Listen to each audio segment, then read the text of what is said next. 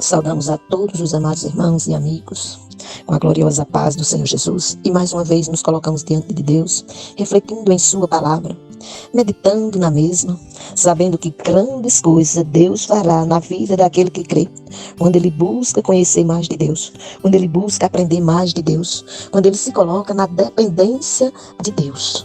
Já meditamos em outro tempo, em Gênesis capítulo 22, os versos de 1 a 19, e hoje vamos fazer isso novamente, pois todas as vezes que voltamos à palavra, ela tem muito mais a nos ensinar, a nos orientar, a nos conduzir, a fazer resplandecer sobre nós a luz do rosto do Senhor. Pois já nos disse o salmista no Salmo 67:1, seja Deus gracioso para conosco e faça resplandecer sobre nós a luz do seu rosto. Falando em Gênesis capítulo 22, você vai encontrar nesse texto o título, Deus põe Abraão à prova. Se a sua Bíblia for uma Bíblia de estudo, por exemplo, a Bíblia visual com infográficos, você vai encontrar além do texto uma recomendação ou uma descrição feita pelos escritores desta Bíblia. É uma Bíblia publicada pela Sociedade Bíblica do Brasil. Já se a sua Bíblia for a Bíblia Pregação Expositiva com sermões, estudos e reflexões do pastor Hernandes Dias Lopes, você vai contemplar que ele faz uma descrição em o texto nos versos de 1 a 8, e nesses versos de 1 a 8 ele destaca 9 passos na direção da genuína fé. E em se tratando de fé, a gente já poderia perguntar, mas o que é fé? Aí a gente vai em Hebreus, capítulo 11, verso 1, e encontramos a definição de fé. Ora, a fé é o firme fundamento das coisas que se esperam e a convicção de fatos que se não vê. Nós vamos contemplar no texto a ser lido que Deus põe Abraão à prova, ou seja, Deus espera que ele haja caminhando por fé e não por vista. Mas o que nos diz o texto em si? Além dessa colocação feita, nós vamos contemplar, por exemplo, se a gente tiver com a Bíblia de Estudo Conselheira, que ela nos faz uma recomendação nesse texto, e você vai contemplar as descrições que são feitas, dizendo, principalmente um destaque no texto, nos versos de 1 a 19, em que Deus põe à prova, que ele começa fazendo, a primeira colocação é, que prova absurda. É o que normalmente se sente e pensa diante deste relato, porque o relato descreve o que Deus pede a Abraão. Já se a sua Bíblia for a Bíblia de Estudo de Genebra, você vai ter uma descrição que ele começa falando sobre o teste e a confiança de Abraão. É um teste, mas ao mesmo tempo descreve a confiança que Abraão tem em Deus. Se a sua Bíblia for a Bíblia de Estudo Missionária, Bíblia Missionária de Estudo, é assim o título dela, você vai contemplar ele fazer uma descrição dizendo que este relato da prova incrível de Deus e a da obediência inequívoca de Abraão ilustra a misericórdia de Deus, sua provisão e novamente sua intenção de realizar as suas promessas missionárias para seu povo. Você vai contemplar ações gloriosas. É um texto que nos chama a atenção, nos chama a mostrar que Deus cuida de nós e está conosco e quer ver a nossa fidelidade para com Ele, independente de qual seja a circunstância. Ele espera que a gente ande na sua presença, glorifique o seu nome, exalte e bendiga o nome do Senhor. E você pode até estar a se perguntar, porque a missionária, em vez de ter lido o primeiro texto, fez algumas colocações. É porque às vezes, amados, nós vamos ler a palavra de Deus e antes da gente ler, a gente faz várias perguntas a nós mesmos. Nós perguntamos, o que posso aprender na palavra de Deus hoje? O que Deus quer me ensinar? O que posso aprender com Ele hoje? Que tipo de lições eu posso tirar na leitura do texto escolhido? Isso pode ser em Gênesis, pode ser em Êxodo, em Levítico, em Número, Deuteronômio. Aí eu estava escolhendo um dos 5 livros da lei. Mas eu posso estar lendo em Josué ou em Esté, por exemplo, e estar lendo em livros históricos. Ou eu posso estar lendo nos Salmos, em Eclesiastes, e estar lendo em livros poéticos. Ou eu posso estar lendo em Isaías, chegar até Malaquias e estar lendo nos profetas. Ou eu posso estar lendo no Novo Testamento, em Mateus, Marcos, Lucas ou João, e assim estar lendo nos Evangelhos. Ou eu poderia estar lendo no livro histórico do Novo Testamento, que é Atos. Ou poderia estar lendo nas cartas paulinas, nas cartas universais ou em Apocalipse. Não importa a escolha do texto de Gênesis a Apocalipse que eu vá ler. Importa que eu entenda que eu estou lendo a palavra de Deus e que, como disse Isaías, aonde a palavra vai, não volta vazia, mas fará aquilo que ao Senhor apraz. E você pode se perguntar onde se encontra esse texto. É Isaías capítulo 55, verso 11. Eu preciso entender que todas as vezes que eu leio a palavra de Deus, Ele fala comigo, Ele fala contigo, Ele fala conosco. No texto que citado, que é Gênesis, capítulo 22, os versos de 1 a 19, diz o seguinte: depois destas coisas, Deus pôs Abraão à prova e lhe disse: Abraão, este lhe respondeu: eis-me aqui. Deus continuou: pega o seu filho, seu único filho, Isaque, a quem você ama, e vá à terra de Moriá. Ali ofereça-o em holocausto sobre um dos montes que eu lhe mostrar. Na manhã seguinte, Abraão levantou-se de madrugada e, tendo preparado seu jumento, levou consigo 2 dos seus servos e Isaque, seu filho. Rachou lenha para o holocausto e foi para o lugar que Deus lhe havia indicado. No terceiro dia, Abraão ergueu os olhos e viu o lugar de longe. Então disse aos servos: esperem aqui com o jumento, eu e o rapaz iremos até lá, e depois de termos adorado, voltaremos para junto de vocês. Abraão pegou a lenha do holocausto e a colocou sobre Isaque, seu filho. Ele, por sua vez, levava nas mãos o fogo e a faca. Assim, os dois caminhavam juntos. Isaque rompeu o silêncio e disse a Abraão, seu pai: meu pai. Abraão respondeu: eis-me aqui, meu filho. Isaque perguntou: eis aqui o fogo e a lenha, mas onde está o cordeiro para o holocausto? Abraão respondeu: Deus proverá para si o cordeiro para o holocausto, meu filho. E os dois seguiam juntos. Chegaram ao lugar que Deus lhe havia indicado. Ali Abraão edificou um altar, arrumou a lenha sobre ele, amarrou Isaque, seu filho, e o deitou no altar, em cima da lenha. E estendendo a mão, pegou a faca para sacrificar o seu filho. Mas do céu o anjo do Senhor o chamou: Abraão, Abraão. Ele respondeu: eis-me aqui. Então lhe disse: não estenda a mão sobre o menino e não faça nada a ele, pois agora sei que você teme a Deus, porque não me negou seu filho, o seu único filho. Abraão ergueu os olhos e viu atrás de si um cordeiro preso pelos chifres entre os arbustos. Abraão pegou o cordeiro e o ofereceu em holocausto em lugar de seu filho. E Abraão deu àquele lugar o nome de O Senhor Proverá. Daí dizer até o dia de hoje: no monte do Senhor se proverá. Então do céu, pela segunda vez, o anjo do Senhor chamou Abraão e disse: por que você fez isso e não me negou o seu filho, o seu único filho? Juro por mim mesmo, diz o Senhor, que certamente o abençoarei e multiplicarei a sua descendência, como as estrelas dos céus e como a areia que está na praia do mar. Sua descendência tomará posse das cidades dos seus inimigos. Na sua descendência serão benditas todas as nações da terra, porque você obedeceu a minha voz.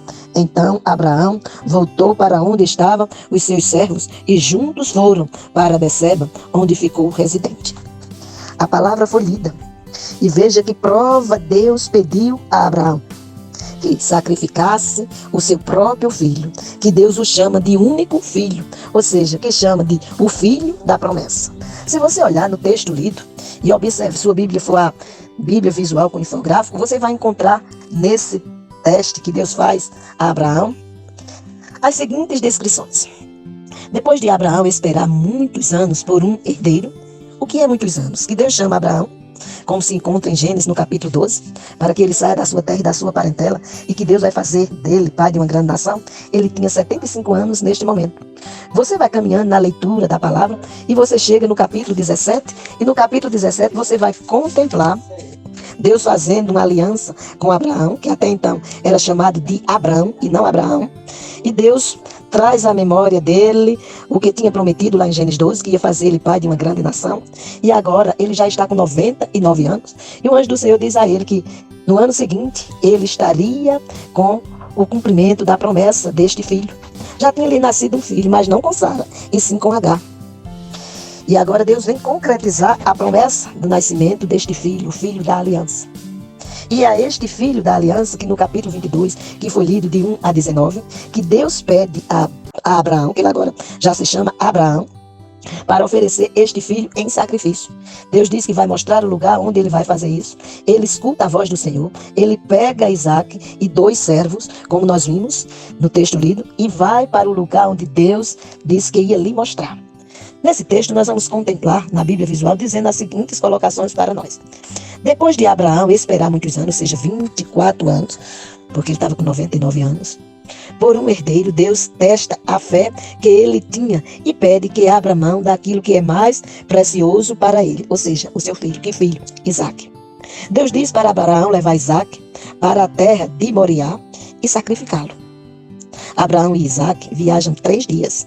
Abraão manda seus servos esperar e diz para eles que Isaque e ele voltarão logo. Ele sabia que o que ele ia fazer era oferecer Isaque, mas ele cria que Deus, assim como tinha pedido para o sacrificar, ia lhe devolver. Ele só não sabia como isso ia acontecer, mas ele cria que Deus ia fazer algo de forma tal que ele diz: iremos e voltaremos para junto de vocês. É o que diz o verso 5. Então disse aos servos, ou seja, aos dois: esperem aqui com o jumento. Eu e o rapaz iremos até lá e depois de termos adorado, voltaremos para junto de vocês. É tanto que no diálogo do texto, o filho diz que ali está a lenha, ali está o fogo, ali está a faca ou o cutelo, dependendo da versão da sua Bíblia, e diz que iremos e voltaremos. Isso não se dá por visto, mas isso se dá por fé, porque ele sabia o que ia fazer. Abraão e Isaque viajam e segue junto com seus servos, e Abraão diz para eles que Isaque e ele voltarão logo. É isso que nós precisamos, dentre outras coisas, aprender e a nos indagar. O que é que Deus me pede a cada dia? Como Ele espera que eu ando? Como é que Ele espera que eu haja diante do próximo? O que Ele deseja que eu faça? Ele disse a Isaque que eles iam e voltariam. Ele diz isso aos servos, mas Isaque ali ouvindo. Abraão sabia, assim como muitas vezes você e eu também sabemos o que Deus espera de nós. Isaque pergunta a Abraão: onde está o carneiro ou o cordeiro para o sacrifício? Abraão diz: Deus proverá o cordeiro. Abraão constrói um altar e olha o que Abraão faz: e amarra Isaque sobre ele, sobre este altar. Quando Abraão ergue a faca ou o cutelo, que é o mesmo objeto, para sacrificar ou para matar Isaque, um anjo o impede e lhe diz que ele provou temer a Deus. Muitas das vezes, nas nossas lutas, nas nossas provas, nós esquecemos da presença de Deus conosco. E é aí, num momento como esse, que Deus espera que estejamos firmes na sua presença. Que estejamos ali, ouvindo a sua voz e pronto a fazer aquilo que lhe apraz. Quando Abraão ergue a mão para sacrificar Isaque, ele escuta o anjo bradar e chamá-lo, dizendo para ele não fazer isto. Abraão escuta a voz, para, e o que é que acontece? Quando se vira, ele vê um carneiro preso em um arbusto e sacrifica o animal no lugar de Isaque. Depois disso acontecer, Abraão chama o lugar de o Senhor dará o que for preciso, ou o Senhor proverá. Deus novamente promete dar a Abraão inúmeros descendentes. É tanto que Deus disse a Abraão que nele seriam benditas todas as famílias da terra. Ou seja, você e eu, nós que nos encontramos hoje na face da terra, gozamos da bênção que Deus prometeu a Abraão. Ainda dentro desse contexto, desse texto, nós queremos destacar o que foi dito pelo pastor Hernando Dias Lopes a respeito desse texto. O texto de Gênesis 22, de 1 a 19. Ele destaca 9 passos na direção da fé genuína, dizendo que o primeiro passo discerne a voz de Deus e responde ao seu chamado. O segundo passo é confia no caráter de Deus, por isso lhe obedece sem tardança e sem reservas. O terceiro passo é que ele preparou todas as coisas para o sacrifício. O quarto passo, obedece em vez de especular. O quinto passo foi persistente em obedecer a Deus. O sexto passo, deixou seus servos à distância. O sétimo passo é capaz de transformar a tragédia em adoração. O oitavo passo, crê pela fé na ressurreição de todas as promessas de Deus. O nono e último passo, mostrado por o pastor Hernando, é que crê na provisão de Deus. E em se tratando da provisão, será que nós temos crido que na nossa caminhada Deus provê e supre as nossas necessidades diariamente? Olha que, quando a gente olha para o pedido, a gente vê que é algo dificílimo. Você oferecer aquele a quem você tinha esperança que ia ser exatamente através dele que aconteceria o multiplicar. e o encher a terra. Porque ele era o filho da promessa. Ele era o herdeiro que Deus havia dado a Abraão e que havia dito que era através dele que ele, Deus, ia encher a terra. Agora Deus pede para que este seja sacrificado. E ele não indaga a Deus de dizer, mas Deus, você não disse que era ele? Mas Deus, como é que você me pede se ele é único? Mas Deus, e poderia ter feito N indagações, mas ele não faz nenhuma indagação. O que ele faz é, pega o menino, chama os servos, prepara a lenha, pega o fogo, pega o cutelo e vai para o lugar onde Deus disse que ia lhe mostrar. Chega, prepara o altar, amarra o menino e põe em cima do altar. Ali estava o último minuto, humanamente falando, em que ele ia ter o menino com vida. Só que ele expressa o que é fé quando ele diz aos seus 2 servos, dizendo que eles ficassem no lugar, ele diz, iremos, eu e o rapaz, vamos até lá, depois de adorarmos, ou seja, ele e o rapaz adorar a quem? A Deus. Depois de adorarmos, voltaremos. Ele não disse assim, olha, prestem atenção, vejam o que vai acontecer com ele e depois eu volto. Não, ele disse, iremos, adoramos ou adoraremos e voltaremos. Será que nós temos observado o que Deus tem nos pedido e temos ouvido a voz do Senhor? Pois a própria palavra nos ensina em Deuteronômio, no capítulo 28, se nós atentamente ouvirmos a voz do Senhor, diz o texto, se vocês obedecerem fielmente ao Senhor, o seu Deus, e seguirem cuidadosamente todos os seus mandamentos, que hoje lhes dou, o Senhor, o seu Deus, os colocará muito acima de todas as nações da terra. Todas estas bênçãos virão sobre vocês e os acompanharão, se vocês obedecerem ao Senhor, seu Deus. E feita essa colocação, você segue lendo o texto do capítulo 28 de Deuteronômio até o verso 14, e você vai ver as inúmeras bênçãos que Deus promete. Abraão, no capítulo 22, que foi lido, ele diz aos seus servos, iremos e voltaremos. Ele creu que Deus tinha pedido o seu filho, mas que Deus ia ressuscitá-lo, ia devolvê-lo de volta, e ambos voltariam para os servos, e os 4 voltariam para a sua casa. Será que nós temos visto a ação gloriosa de Deus, de Ele nos pedir algo, e nós cremos que Ele irá concretizar nas nossas vidas a sua proposição, porque ele disse a Abraão, lá no capítulo 12, ser tu uma bênção, e assim como ele foi com ele também é conosco. Ele espera que sejamos uma bênção em suas mãos. Ele espera que nós não vacilemos, mas que estejamos prontos a ouvir a sua voz e a saber que ele vela em cumprir a mesma. Pois quando a gente olha em Jeremias, na chamada de Jeremias, nos versos 11 e 12, ele faz uma pergunta a Jeremias. Jeremias responde à pergunta, e depois de Jeremias responder, ele disse, viste bem, porque eu velo em cumprir a minha palavra.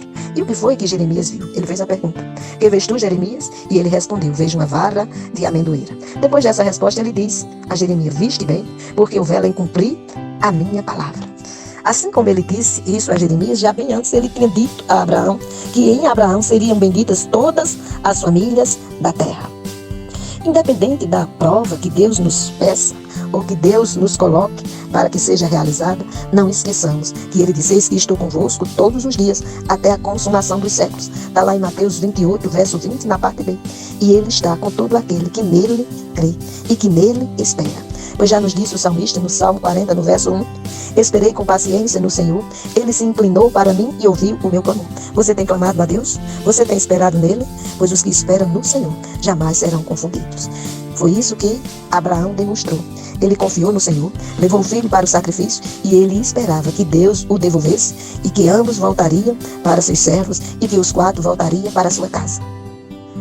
Deus espera que nós estejamos na sua presença em todos os dias da nossa existência, pois Ele nos criou para a sua glória e Ele espera que tudo que façamos seja para a sua glória. Que Deus nos abençoe e que você pense que mesmo que você esteja a passar uma prova parecida com a de Abraão, que Deus lhe peça algo que pareça aos seus olhos impossível, você possa dizer a Ele, eis-me aqui, como disse Abraão, e tenha certeza que Deus providenciará a provisão que for necessária para que você seja um vencedor em Cristo Jesus, o Senhor.